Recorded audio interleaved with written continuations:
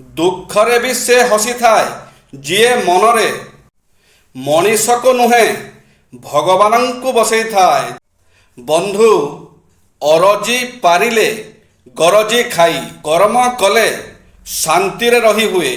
କଥା କହି ମନ ମୋହି ପାରିବା ସମସ୍ତଙ୍କଠାରେ ହୁଏ ନାହିଁ। ସେ ଗୋଟେ ଶକ୍ତି, ସେଥିପାଇଁ ସାଧନା ଆବଶ୍ୟକ।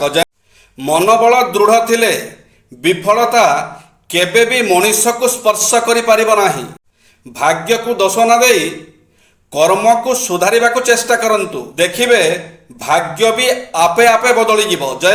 ଭୁଲ କରିବାରେ ଦୋଷ ନାହିଁ, କିନ୍ତୁ ଭୁଲକୁ ନ ଶିଖିବାରେ ଦୋଷ ଅଛି। କର୍ତ୍ତବ୍ୟକୁ ଠିକ ସମୟରେ କରନ୍ତୁ, ସୁନ୍ଦର ରୂପରେ କରନ୍ତୁ, ସାଧୁ ଭାବରେ କରନ୍ତୁ। ଆତ୍ମବିଶ୍ୱାସ ଓ ଆତ୍ମସମ୍ମାନ ମଣିଷର ସବୁଠାରୁ ମୂଲ୍ୟବାନ ପ୍ରାପ୍ତି।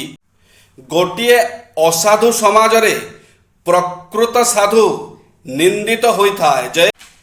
ଯିଏ ଜୀବନରେ ଅନ୍ୟକୁ ସାହାଯ୍ୟ କରେ ସେ ଜୀବନରେ କେବେ ହାର ମାନି ନଥାଏ, କାରଣ ସେ ହାରିବାରେ ହିଁ ଜିତିବାର ଆନନ୍ଦ ପାଇଥାଏ। ଜୟ ଶ୍ରୀ ଜଗନ୍ନାଥ।